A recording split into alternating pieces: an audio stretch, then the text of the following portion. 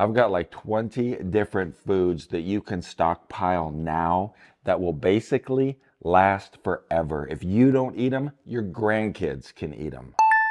Now, of course, for these foods to last forever, they've got to be stored and packaged properly.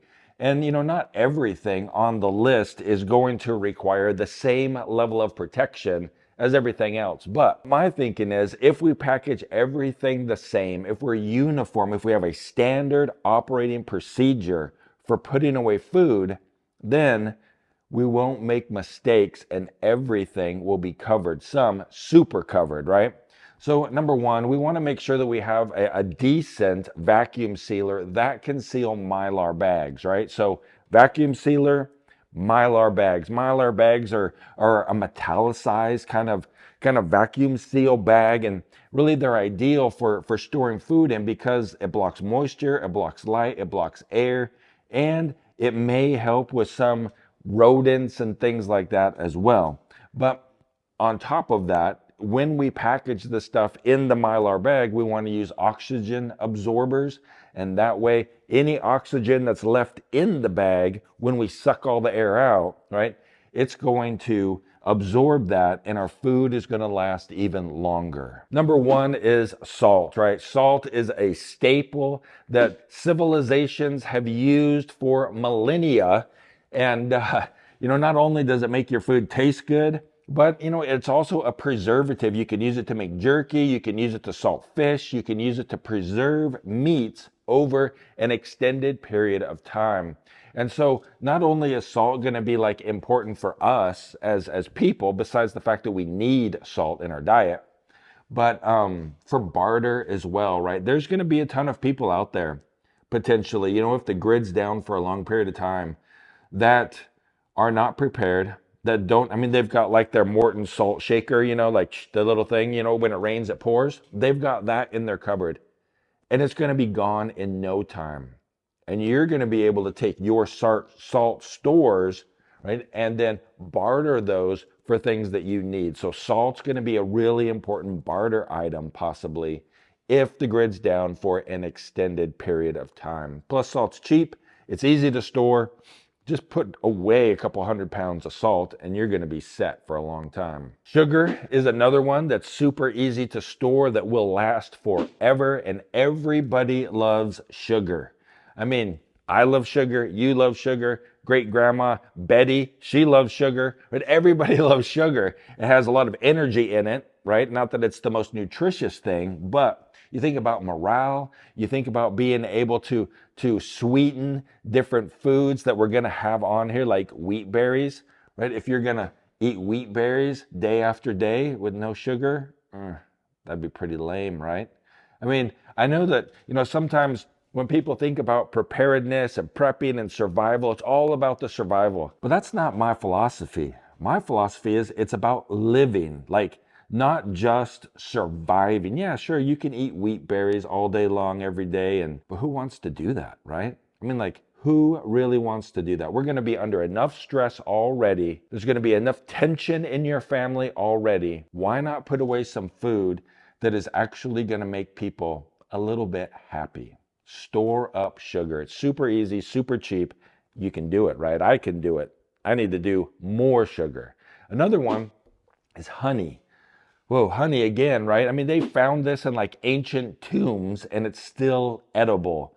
And so honey is a super easy thing to put away. It is a little bit more expensive, of course, than just putting sugar away. But honey, package it up, put it away, and it's going to last forever. Now, we get to number 4, one of my favorites here, guys. Instant coffee. Yeah, I like real coffee. I like good coffee. We use a French press. Dark roast, right? It's super good, but instant coffee will last way longer in storage. Get yourself some instant coffee, vacuum seal bags, Mylar bags, oxygen absorbers, suck it up and put it away, man, because again, it comes back to morale. Do you need coffee to live? Absolutely not. But does coffee make life better? Absolutely, right? And so It's just one of those great things to have, and a barter item. People love coffee. I mean, the world over, people love coffee. If you've got a bunch of instant coffee put away that you can barter with, man, you could be sitting on a gold mine. Before we jump into number 5, I just want to let you know that we have a free preparedness checklist. There's a link down in the description below, or you can scan the QR code that is on the screen here. And what that checklist is going to do is kind of give you the basics of everything that you need for a emergency kit for your home, for your car, for your work. We're going to talk about home security in that checklist. There's a separate checklist for that. And then 23 different preparedness books that I recommend. And one of the things that I really like about, preparedness checklists, because I get them from other people as well, right, is comparing this checklist to what I think is important, and then compare this checklist to what I think is important. And you get a lot of good ideas from other people. And so branch out there and download as many of these checklists that people have that you can get your hands on. And it's really going to help you see some of the holes in your preparedness. But anyway, it's for free. It's down there. It's on the screen here. Go ahead and grab that if you want. So number 5, dried beans. My favorite are pinto beans, but basically any of the, the dried beans are going to work. But dried beans, right? Tons of protein in there. They're great for you. Store them in the Mylar bag. Vacuum seal them down with an oxygen absorber, and those things are going to basically last forever. Number 6 is white rice. Now, white rice is going to last longer than brown rice, and it's super cheap, easy to store away. It's like one of the first things that like preppers would tell you that you ought to like stock up on is rice, right? I mean, the whole world eats rice. It's delicious. It's relatively nutritious, I guess, but delicious, number 1, right? And you could even get like the good white rice, like the jasmine rice, and put that away. Or you could just get like, great value, the big boxes of instant rice, vacuum seal that down, and then it's much easier to cook, right?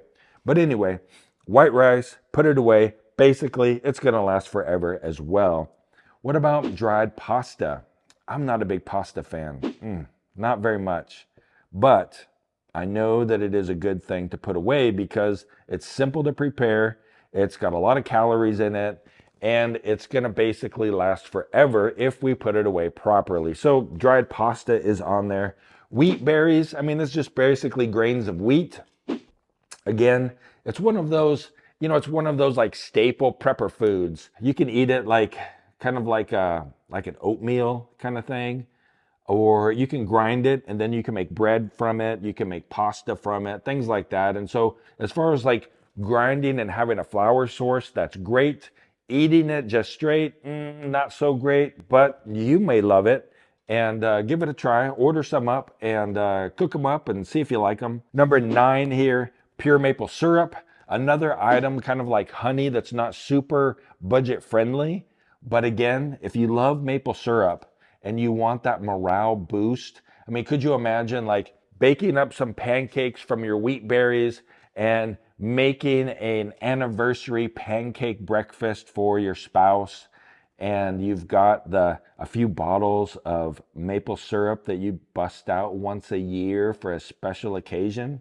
That would be pretty cool, right? Super morale booster here. So we got to think morale, not only nutrition, right? So number next here then is soy sauce. If you're into soy sauce, you love that stuff, I could take it or leave it. But soy sauce is another one of those foods that will basically last forever. Distilled vinegar is another food that is basically going to last forever. Just keep it unopened in its original package, put it on your shelf in a dark, cool place, and you should be good to go, right? Vinegar's got a ton of different uses, not only for like making pickles and cleaning your windows, but a ton of different uses. And if you would like to know, like have us do a video maybe on vinegar specifically, then let me know down in the comments below. Just write, make a video about vinegar, and we'll see if we can't do that for you. It'd be really cool to like experiment and see how it compares to other cleaners and things like that. But wide range of usages and is going to basically last forever. Not to mention super cheap, right? Dried herbs and spices, again, not something that's going to add a lot of calories to your diet, but it's going to make your other food taste so much better. So this is more of a morale thing here, right? You think about your dried beans. I like pinto beans. I like chili beans.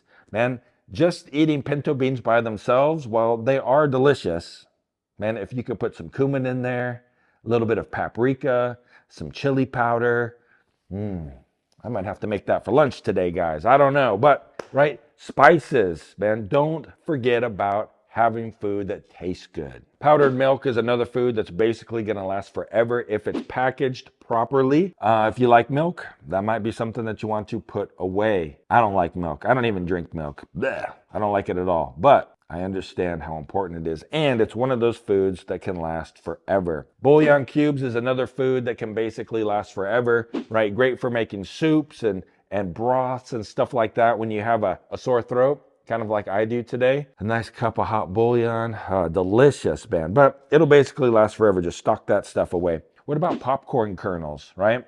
Oh, popcorn kernels. Who doesn't love a good bowl of popcorn? I do, but you know, put away some popcorn, and not only can you make popcorn out of it, but you can grind it to make cornmeal. Maybe you can make some tortillas or something like that. But popcorn basically lasts forever. Baking soda, cream of tartar, and baking powder. All of those are chemicals, right, that will last forever. Baking soda is not only good for, right, cooking, but it's also great for cleaning.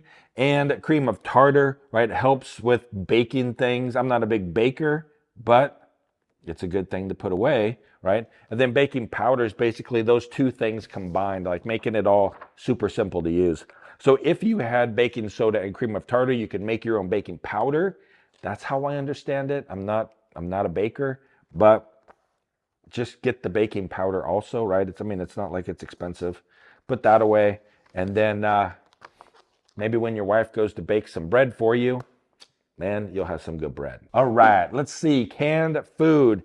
Now this one right here kind of surprised me because I've always thought that canned food isn't going to last indefinitely, right? But, you know, after doing some research, I found out that the USDA, right, they say that shelf-stable food, right, which includes canned food, can basically last, well, they say indefinitely. It should be safe to eat indefinitely is what the website says. And then they go on their website to say how the dates, right, that are on those cans usually is talking about quality of food, not the safety of the food. And so while the quality might go down, again, that kind of goes to morale. The quality goes down, morale goes down, but it's still safe to eat, right? The texture might be off, the flavors might be off, and it might just not be all that appealing because you're used to a nice can of, you know, Hormel chili,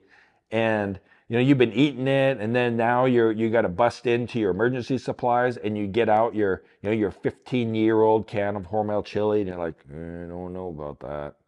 And you bust it open, and it's just like, the beans are not it's just not the same, you know? And so that's kind of the issue with the canned foods. But they're supposed to be safe to eat forever, basically, according to the USDA. Now, the last thing here, guys, is, you know, we can store up all of these foods. We can make like a can rotating thing that you know, you first in, first out type of method here for storing our cans. And that way we're always cycling through them, at least the foods that we normally eat. We can do all of that, right? And that's totally acceptable, and it's probably smart. Maybe the least expensive because these are the things that we eat all the time anyway. But, you know, there's things that you have to keep up on. We've tried that. You know, stocking up on canned foods, right? We tried it. And this is what happens, right? You buy a case of chili beans, say, or you buy a case of green beans, and then you start eating those because these are the things that you normally eat, right? And our plan is, okay, well, we'll just replace them as we go, but we end up not replacing them as we go. I guess that makes me a bad prepper. I don't know, but we don't replace them as we go. And so we end up like running out of chili beans. We're like, all right. So now we go buy another case or 2 cases of chili beans or whatever it is. I'm just using these as illustrations here. But we go and buy more of it. Then we eat that down and we run out again. Now, what if the emergency happened when we were at our lowest supplies of food, right? Then we're kind of stuck. We're in a bad situation because we ate our stocks down and didn't restock because I'm a bad prepper. I don't keep that thing going every week. How many cans of chili beans do I have? Oh, we only got 20 cans. Okay, we better go buy 2 more and get us up to 22 cans like we always have, right? I like things simple. If you've been watching our videos, I talk about how much I hate maintenance. Like our generator, I hate maintaining that thing, changing the oil and all that kind of stuff. I just want stuff to work, right? That's why we switched from lead acid batteries to lithium batteries. I don't want to check the water. I just want it to be there and work. It's kind of like a little bit of a rant here, guys, but that's why number 20 is the simplest. And while we do stock up on other things, we do number 20 the most. Let's cruise down into the bunker and I will show you.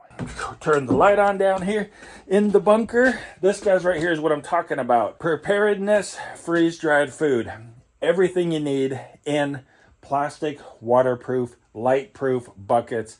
Freeze-dried, 25 to 30 year shelf life, breakfast, lunch, dinner, drinks, desserts, everything you need, man. You can get it in like 1 month supply, 3 month supply, 1 year supply, and more, as you just buy it once, put it away, forget about it, will it to your grandkids, and they can eat it if you don't. Another thing that we like to do is this stuff right here. This is freeze-dried single ingredients from Thrive Life, like chicken, applesauce, different berries and fruits, different types of meat here, different vegetables.